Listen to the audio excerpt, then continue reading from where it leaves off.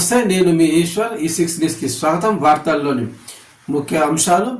పేదోడి సొంతింటి కలను సాకారం చేసేందుకు రాష్ట్ర ప్రభుత్వం సిద్ధమైంది. ఎన్నికల్లో ఇచ్చిన హామీ మేరకు ఇందిరమ్మ ఇండ్ల స్కీమ్కు సంబంధించి లబ్ధిదారుల ఎంపికను ప్రారంభించనున్నది.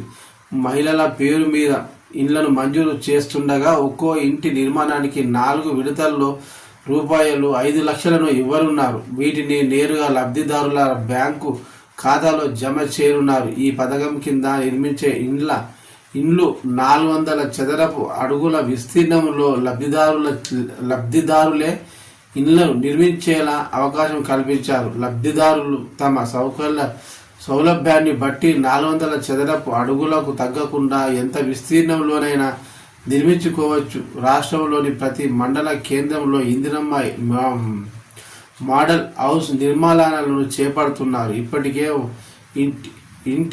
ఇంటి నిర్మాణాలు లబ్ధిదారుల ఎంపిక కోసం ప్రతి గ్రామం, ప్రతి వార్డుల్లో ఇందిరమ్మ కమిటీలను ఏర్పాటు చేశారు.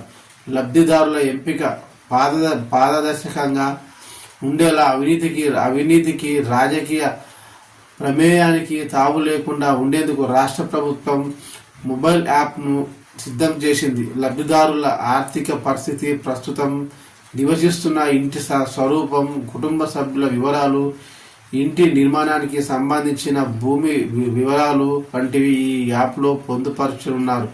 ఈ యాప్ను సీఎం రేవంత్ రెడ్డి సచివాలయంలో ఆవిష్కరించారు.